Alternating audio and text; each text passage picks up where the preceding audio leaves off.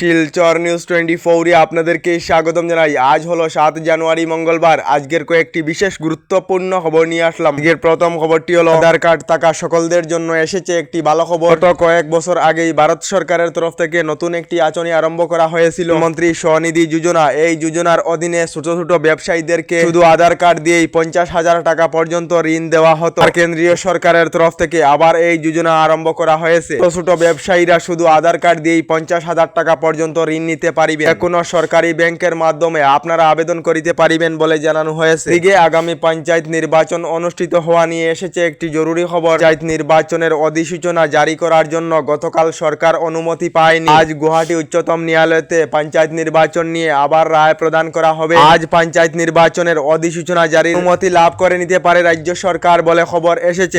উমরাংশু অসম কোয়ারিতে একটি ভয়ঙ্কর দুর্ঘটনা সংঘটিত হয়েছে। 300 ফুট কয়লা খনিতে প্রায় 100 ফুট জল হয়ে গিয়েছে। তার মধ্যে প্রায় 10 থেকে 15 জন শ্রমিক আবদ্ধ হয়ে পড়েছে। এখনো পর্যন্ত উদ্ধার অভিযান অব্যাহত রয়েছে বলে খবর এসেছে। এদিকে হোটেলেতে বুক করার নতুন নিয়ম লাগু করা হয়েছে। বিবাহিত দম্পতিদের অবশ্যই সম্পর্কের প্রমাণ দেখাতে হবে। অবিবাহিত দম্পতিদের এন্ট্রি দেওয়া হবে না বলে ওয়ের তরফ থেকে জানানো হয়েছে। এদিকে রাজ্যে নতুন বিশ্ববিদ্যালয় স্থাপন করার পরিকল্পনা রাজ্যের মুখ্যমন্ত্রী ডক্টর হিমন্ত বিশ্ব শর্মা। মুখ্যমন্ত্রী জানিয়েছেন এই বিশ্ববিদ্যালয়ে সেমিকন্ডাক্টর সহ এআই টেকনোলজির শিক্ষা প্রদান করা হবে। এর ফলে শিক্ষার্থীরা অনেকটাই উপকৃত হবেন বলে জানিয়েছেন মুখ্যমন্ত্রী। এদিকে নতুন বছরের প্রাক্কণেতে চীনেতে আবার নতুন একটি ভাইরাস দেখা দিয়েছে। গত 5 বছর আগেই এই সময়তে চীনেতে আবিষ্কার হয়েছিল করোনা। এবার সেই চীনেতে আবার HMPV নতুন একটি ভাইরাস দেখা দিয়েছে। এই ভাইরাসের কোনো প্রতিষেধক নেই। এতে হাই অ্যালার্ট জারি করা হয়েছে, যার জন্য আবার বিশ্ব জুড়ে হাহাকার পরিস্থিতি দেখা দিয়েছে। আর চীনের এই নতুন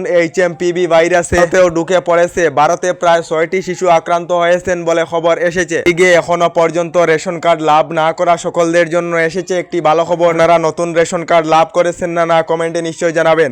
সকলেরা এখনো পর্যন্ত নতুন রেশন কার্ড লাভ করেননি, পর্যায়ে শীঘ্রই নতুন রেশন কার্ড লাভ করিবেন বলে জানানো হয়েছে। এদিকে প্রচন্ড শীত এবং কুয়াশায় কাঁপিয়েছে রাজ্য। বিভিন্ন জেলায় নিম্ন তাপমাত্রা 13 ডিগ্রি সেলসিয়াস রয়েছে। তাদের এলাকায় শীত এবং কুয়াশার প্রভাব কেমন রয়েছে কমেন্টে নিশ্চয়ই জানাবেন। এদিকে রাজ্যবাসীর জন্য এসেছে একটি ভালো খবর। শীঘ্রই রেশন কার্ড থাকা সকলেরা রেশন কার্ডের চালের সঙ্গে চিনি, লবণ, আটা, ডাল আরো বিভিন্ন সামগ্রী খুবই কম মূল্যে রাজ্যবাসী লাভ করিবেন বলে জানিয়েছেন মুখ্যমন্ত্রী ডক্টর হিমন্ত বিশ্ব শর্মা। তাদের রেশন কার্ড আছে না নেই কমেন্টে জানাবেন। এদিকে আগামী 10 জানুয়ারি তারিখে রাজ্যের লাখ লাখ মহিলারা রাজ্য সরকারের অরুণোদয় আঁচনির 1250 টাকা করে লাভ করিবে। বৃদ্ধা পেনশন, বিধবা পেনশন এবং দিব্যাঙ্গ পেনশনেরও টাকা লাভ করিবে। এই অরুণোদয় 3 প্রকল্পে অনেক পরিবারের মহিলাদের নাম কর্তন করা হবে। তার জন্য রাজ্য সরকারের তরফ থেকে নোটিফিকেশন জারি করা হয়েছে। এদিকে সিম কার্ড ব্যবহারকারী সকলদের জন্য এসেছে একটি ভালো খবর। এই 2025 সনেতে মোবাইল রিচার্জের দাম অনেকটাই কম হতে পারে। কারণ হলো ভারতের টেলিকম কোম্পানিগুলিকে